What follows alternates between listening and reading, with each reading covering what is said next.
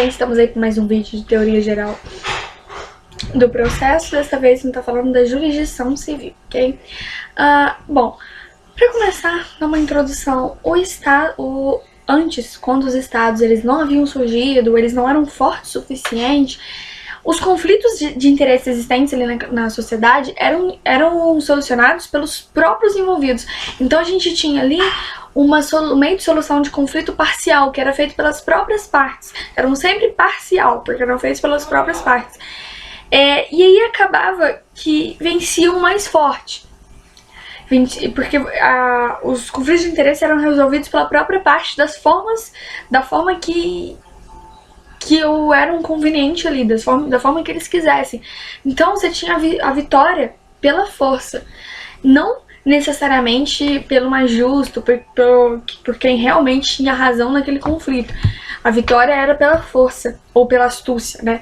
Então nem sempre implicava ali a solução em uma solução legítima para aquele caso concreto, uma solução justa para aquele caso concreto, né? Por conta de que o mais forte vencia. Então, porque a solução era sempre parcial, sempre entre as partes ali. E aí, à medida que o Estado ele foi fortalecendo, eles começaram a assumir, o Estado assumiu em regra geral, de forma geral, né, para si esse poder e dever, né, esse caráter exclusivo aí para solucionar os conflitos de interesse. Então, os conflitos de interesse que antes eram solucionados pelas partes, eram soluções parciais, né, solucionadas ali pelas próprias partes interessadas, pelas próprias partes em litígio, em conflito, passou a ser aí função exclusiva do Estado, né, esse poder solucionador de conflitos de interesse, passando então para uma solução imparcial, ou seja, com um terceiro, tá? Que não é parte ali do litígio, não é parte do conflito de interesse, tá? O poder do Estado, ele é um só, mas ele é exercido por meio de diversas funções, né? E a função que a gente vai estar tratando aqui é a função jurisdicional. Mas vamos dar uma passadinha aí pela função aí, né? A gente tem jurisdição, legislação e administração. A função legislativa vai consistir na atividade de elaboração das normas gerais e abstratas. Então, a função legislativa, ela consiste em elaborar as normas gerais e as normas abstratas que são prévias do conflito de interesse, ou seja, vem antes do conflito de interesse. E são essas normas gerais e abstratas que vão nortear a solução de conflitos de interesse. Tanto que a função jurisdicional, ela consiste basicamente na aplicação dessas normas gerais, dessas normas abstratas que são criadas pela função legislativa. Então a função legislativa elabora as normas gerais e abstratas e a função jurisdicional vem aplicando essas normas gerais, essas normas, né, abstratas ao caso concreto, tá? Você tem um caso concreto que é levado à apreciação judicial, né, por meio lá da ação, se leva aquele caso concreto à apreciação judicial, e aí a função jurisdicional ali do Estado vai aplicar aquela norma geral, aquela norma abstrata naquele caso concreto que está ali em apreciação, que foi levado ali ao judiciário para sua apreciação, tá? Depois tem a função administrativa, que não é uma atividade ligada à solução de conflitos, tá? Mas sim a uma consecução de determinados fins do Estado. A função administrativa, as decisões administrativas, elas não têm um caráter definitivo como as judiciais, que a gente vai ver daqui a pouco.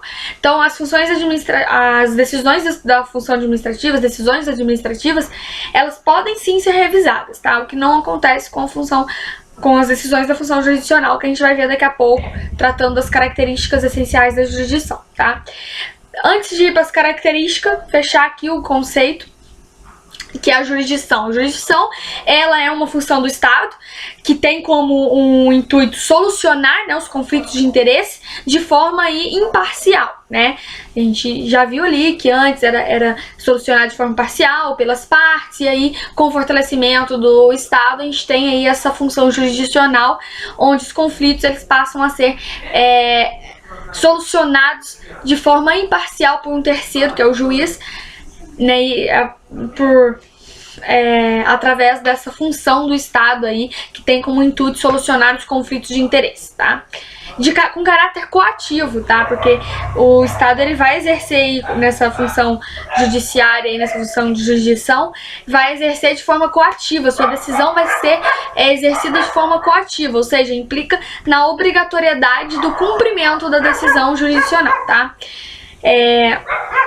E aí, como já falei, essa função do Estado, essa função de jurisdição do Estado, consiste aí na aplicação da lei geral abstrata naquele caso concreto que foi levado a ele, levado à apreciação judicial, tá? Meio aí do processo da ação. Agora a gente vai tratar das características essenciais da jurisdição. Bom, uma das características aí, talvez até mais peculiares, mais importantes, é a substitutividade. O que é substitutividade? Está no próprio nome. O Estado ele vai substituir, né, por meio da jurisdição, vai substituir as partes do conflito a fim de solucionar este conflito existente, tá? Essa característica de substitutividade a gente pode compreender resgatando o que a gente falou agora há pouco, que antes do fortalecimento do Estado, as soluções de conflito, né, de interesse, elas eram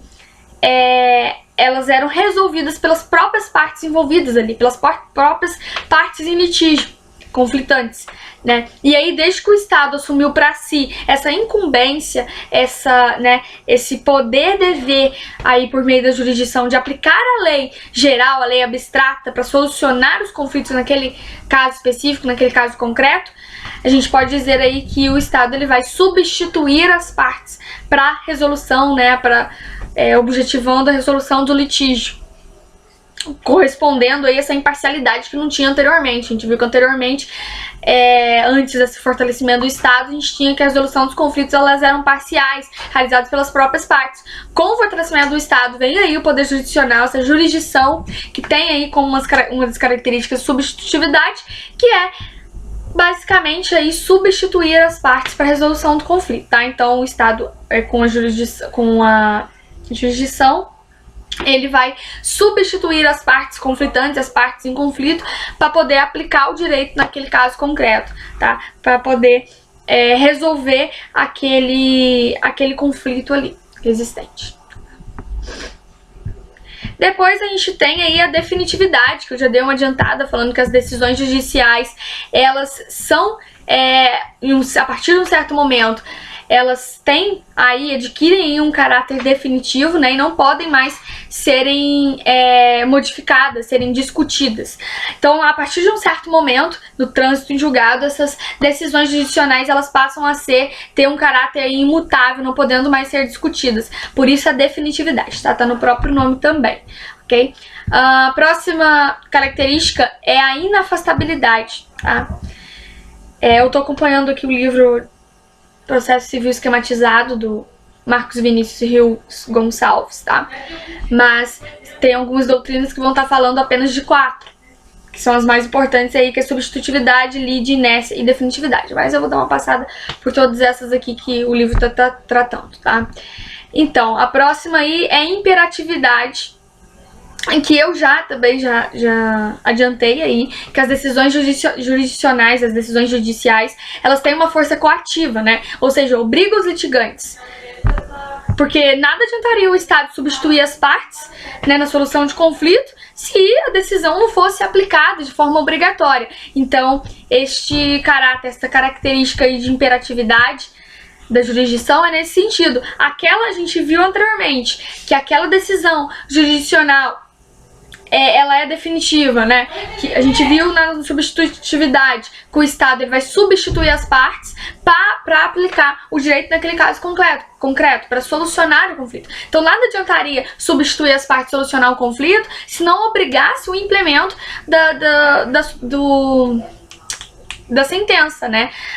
Da decisão. Porque se precisou ser entrado em juízo, precisou ingressar em juízo para ter a resolução do litígio, do conflito, é porque as partes não estavam em comum acordo. Se não estavam em comum acordo, não adianta nada dizer, ah, você tem que fazer isso e não obrigar, se não tiver um poder coercitivo, né, uma imperatividade em cima dessa decisão, senão vai continuar na mesma. Ok. Depois vem a inafastabilidade, tá? Que tá lá no artigo 5º, inciso 35 da Constituição, que é que a lei não pode excluir aí da apreciação do Poder Judiciário nenhuma lesão ou ameaça do direito, né? Ou seja, qualquer ameaça ou lesão que tenha um direito, né? Qualquer que seja, a lei ela não pode excluir da apreciação do Poder Judiciário. O Poder Judiciário tem que poder apreciar a violação ou lesão desse direito, tá? Mesmo que não haja aí uma lei específica que se possa aplicar de forma específica, tá? No caso concreto. Então, mesmo que haja uma lacuna, o juiz vai poder aí interpretar essa lacuna e aplicar, né? O negócio é que não pode a lei de forma alguma excluir da apreciação, proibir o judiciário de apreciar caso haja, em qualquer caso concreto, uma violação, uma lesão a um direito, ok? Próxima característica é a inércia, né? Porque a jurisdição, ela é inerte, ou seja, ela é inerte, ela é parada, ela não vai atrás dos seus problemas. Você que tem que provocar, né? Parte de você é a provocação do judiciário. A gente viu, né? Pela questão da ação, você ingressando a juízo, você tá o quê? Movimentando a máquina judiciária. E é isso, a jurisdição, ela é inerte, ela é parada, ela não vai atrás dos seus problemas. Você tem que provocá-la. Isso, lógico, de regra geral, né? Porque a gente tem aquelas exceções em que o judiciário vai poder agir aí de ofício, mas em regra geral ele é inerte, ele necessita aí dessa provocação, então ele só vai agir, né, se for provocado, mediante a provocação, ok? Então, este foi todas as características. Quer dizer, pra terminar, eu esqueci de falar da lide, mas a lide é fácil, a lide é o conflito, tá? Que tem que ter ali existente conflito. Então, tem aí como uma das características da jurisdição a lide, que é o conflito. Não tem aí a atuação do Poder Judicial se não tiver o conflito, né? Então, lide é o conflito, tá? São essas as características da jurisdição, tá? Mas tem uma aqui que o livro traz que ela não é bem uma característica, né, propriamente da jurisdição, mas é uma característica daqueles que exercem a jurisdição, que são os juízes, que é a investidura, tá? Que só pode exercer a jurisdição quem ocupa um cargo de juiz, tendo sido regularmente investido nesta função. Então a investidura é isso, é ser investido na função de juiz, porque só o juiz, compete apenas ao juiz aí o exercício da função jurisdicional, ok? Então é isso aí, até o próximo vídeo. Eu devo falar um pouquinho aí das espécies de jurisdição, apesar da jurisdição ela ser una, né? A gente, para fins didáticos, classificamos aí a jurisdição contenciosa, a jurisdição voluntária, né? Eu acho até que dá pra falar aqui, porque dá pra falar rapidinho. A jurisdição contenciosa e a jurisdição voluntária.